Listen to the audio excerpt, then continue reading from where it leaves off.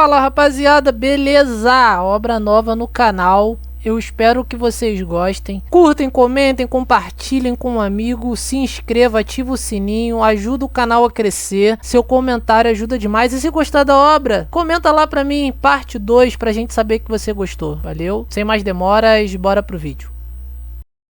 Há 10 anos atrás a Terra virou palco de um jogo, onde nós éramos os jogadores.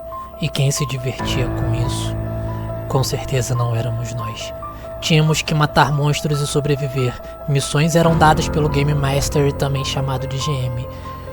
Seres distantes no céu, deuses. Haviam deuses que assistiam ao jogo e usavam seus jogadores favoritos como avatares. E havia os que participavam pessoalmente no jogo.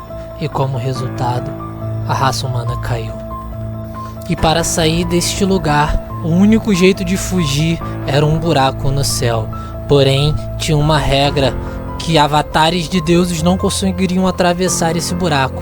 E adivinha, eu era o avatar de alguém. E quando eu estava pensando sobre o meu trágico fim, apareceu uma janela me dizendo o que ninguém esperava. E se esses deuses soubessem disso, jamais me deixariam em paz. Mas eu não poderia perder essa chance. Com os pontos que eu tenho guardado, retornar ao início, com certeza eu vou bagunçar esse jogo. Esse silêncio, essa paz. Ai, quanto tempo será que eu consigo aproveitar essa paz? Foi o que pensou o protagonista quando alguém o chama. Era a Rangiso, uma amiga de infância. Eles ficaram conversando um tempo, já que eram bem próximos, e ela foi próxima dele até o fim. Espera, falando em fim, começo, segundo começo. Ah não, é hoje. E assim começa a nossa história. Há 10 anos atrás, eu fui um desses que foi lá olhar. E adivinha o que acontece? Sim, quase todos morrem. Quando os humanos perceberam que se tratava de monstros verdadeiros, tentaram fugir. E esse é o maior erro que se pode cometer. Um goblin adulto não tem mais força que um humano de porte médio. Então, eles atacam na covardia. Eles gostam de alvos mais fracos. E para os goblins, matar não é uma questão de caça, mas sim diversão. Então, é muito comum ver sorrisos enquanto eles te matam. Há 10 anos atrás, eu era fraco e covarde, e eu deixei a Jisoo para trás e fugi. E hoje, eu ainda me lembro do tom avermelhado do sangue dela. Mas dessa vez, eu não vou deixar as coisas acabarem da mesma forma. Enquanto eu estava parado, congelado de medo, ela entrou na minha frente e me protegeu com o próprio corpo. Eu não vou deixar isso acontecer novamente. Eu fui um covarde. Eu fiquei ali como um perdedor. Dessa vez, eu sou o único que sabe o que fazer. E após trocar alguns golpes com aqueles goblins, eu finalmente comecei a matá-los. E os status começaram a subir, me informando dos meus bônus. Que eu poderia utilizar a loja, a comunidade, e o mais importante é, a minha segunda chance finalmente teria começado. E essas regras também se aplicam a esse mundo, afinal, virou um grande tabuleiro. Nosso protagonista ganhou 700 pontos da primeira fase e mais 300 pontos bônus por ter matado alguns goblins. E de repente a voz do sistema começa a mostrar a todos que eles foram convidados para o jogo dos deuses. Muitos não se entenderam e o sistema continua. De agora em diante, todos vocês serão jogadores e devem completar todas as missões principais. Caso não consigam completar uma missão, vocês receberão uma punição. Para mais informações, consulte ajuda. Nosso protagonista pensa que precisa não chamar a atenção dos observadores, porque senão eles vão mandar missões muito difíceis, muito além do que precisa. E ele percebe que a amiga dele já está muito adaptada, está muito tranquila na real.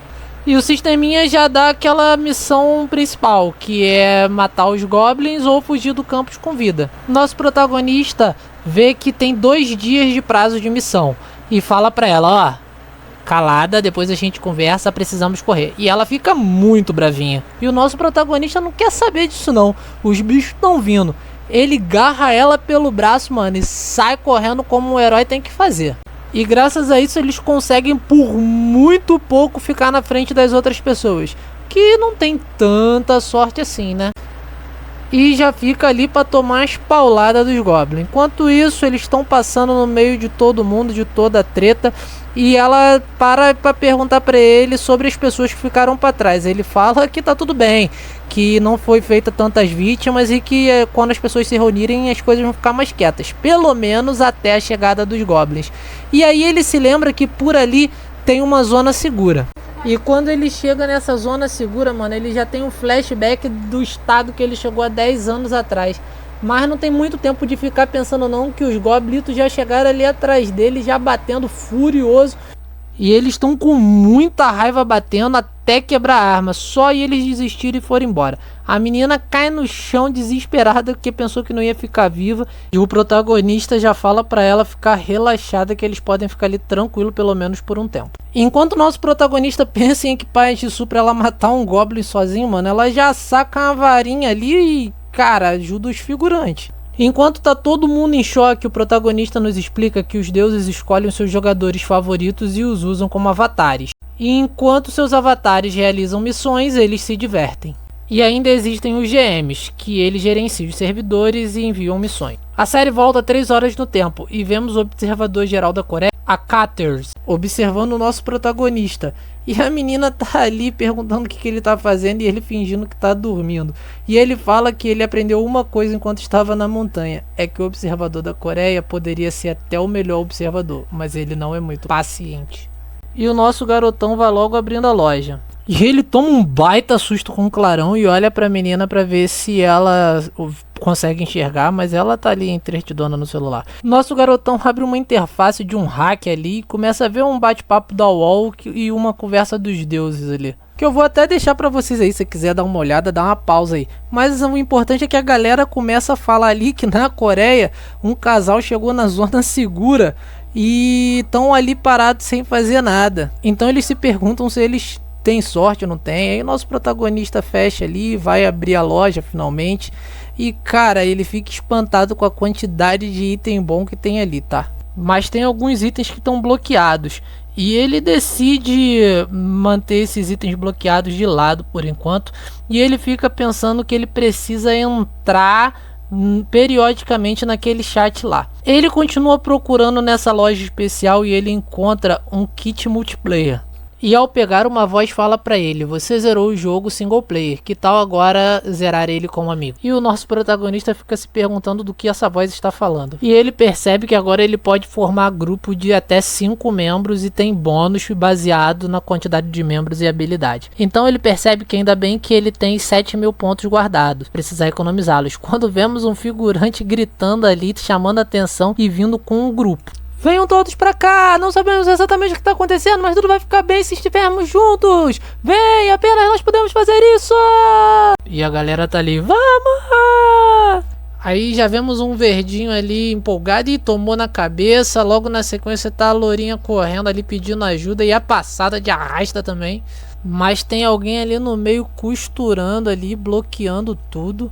E agora os figurantes estão cercados, vai dar ruim, hein, parceiro. Nosso protagonista tá ali perto olhando, fala pra menina que é hora de irem, que eles vão progredir devagar. Ela tá com fome, não quer ir devagar não, ele só concorda que a mulher com fome é pior que os bichos. E aí ele pergunta se ela não vai perguntar nada, né, que ela tá calma até demais, entrega a faquinha pra ela, fala que é pra ela se proteger, pra ela não se preocupar não, que depois ele arruma outra faca. Entrega pra ela um broche que aumenta a velocidade, regeneração de pontos, sobe pra 20%. Ela se questiona se isso é um item, deve ser, pergunta onde ele achou, até porque se ele entrega pra ela um acessório aleatório, ia ser bem esquisito, né? Então deve ser um item. Enquanto isso, ele observa que o item está desaparecendo quando ela ativou e pensa que foi uma pechincha comparado às vantagens que ele traz. 20.000 pontos para recuperar as feridas vale a pena demais, sem contar o bônus que aumenta a coleta de pontos. Começou o jogo, nosso garoto sai com a waifu lá da zona e se esconde atrás do arbusto, quando vemos uma mesa de escritório com os Game Masters discutindo. Cabelo Roxo diz que os humanos do distrito dele ficam ajoelhados, orando, esperando alguém salvar eles, que é muito chato.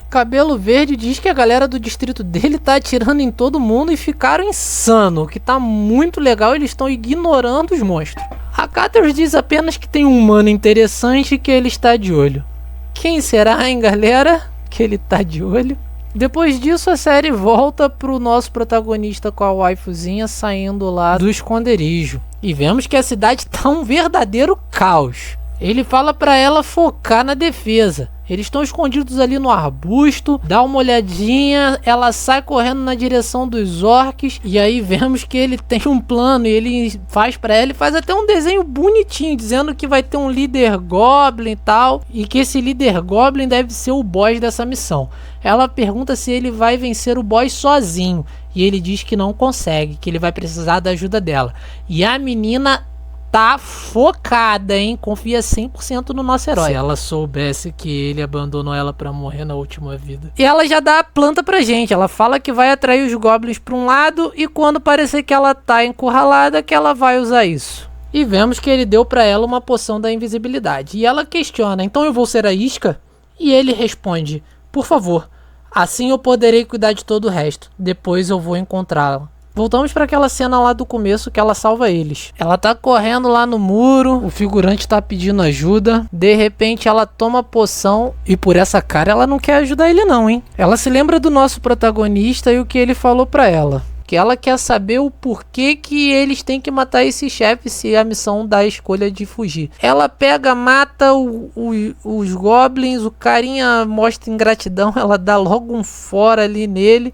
Fica tiltadaça que ele não agradeceu por ter ajudado. De repente ela se sente mal, tá tremendo. Será que ela vai conseguir tomar a poção, galera? O frasco quebra e aí aparece ela com uma aura avermelhada. Os olhos... Pô, ficou linda essa arte, hein, galera?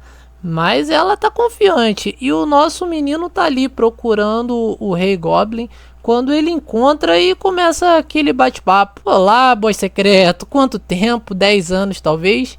E o boss não entende nada, dá logo uma cipuada tentando acertar o nosso protagonista. Ele joga 20 pontos em agilidade e salta, vai muito mais alto do que precisava, diga-se de passagem.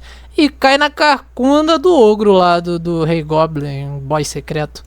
Que fica sem entender nada. Nosso protagonista sentadinho ali na carcunda dele, prepara um socão. Você acha que vai ser um cascudo, mas não. Acerta o olho do Goblin, coitado. O Goblin tenta acertar ele, ele já esquiva, cata uma pedra polida no chão, lisa, atira na cabeça do Rei Goblin. Depois ele sai correndo, pega a espada do boss e arranca a cabeça dele com a própria espada. E aqui eu tô chamando já esse boss de Golias, tá? Desculpa aí. E o nosso garotão tá satisfeito com o loot, os 500 de XP, o cinturão. Ele percebeu um detalhe ali, ó, que não é afetado pelos limites da missão e tá achando o item perfeito. Ele percebe ali que é rank F, decide upar as habilidades só depois quando precisar. É quando ele lembra da menina, velho. E vai lá procurar ela e vê que ela não chegou ainda. Se pergunta se aconteceu alguma coisa com ela, se ele chegou muito rápido.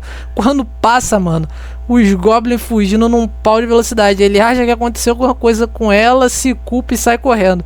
E quando ele chega lá, ele toma um susto, velho. A menina destruiu tudo. Aí olha pra ele e pergunta, você chegou? E o que aconteceu?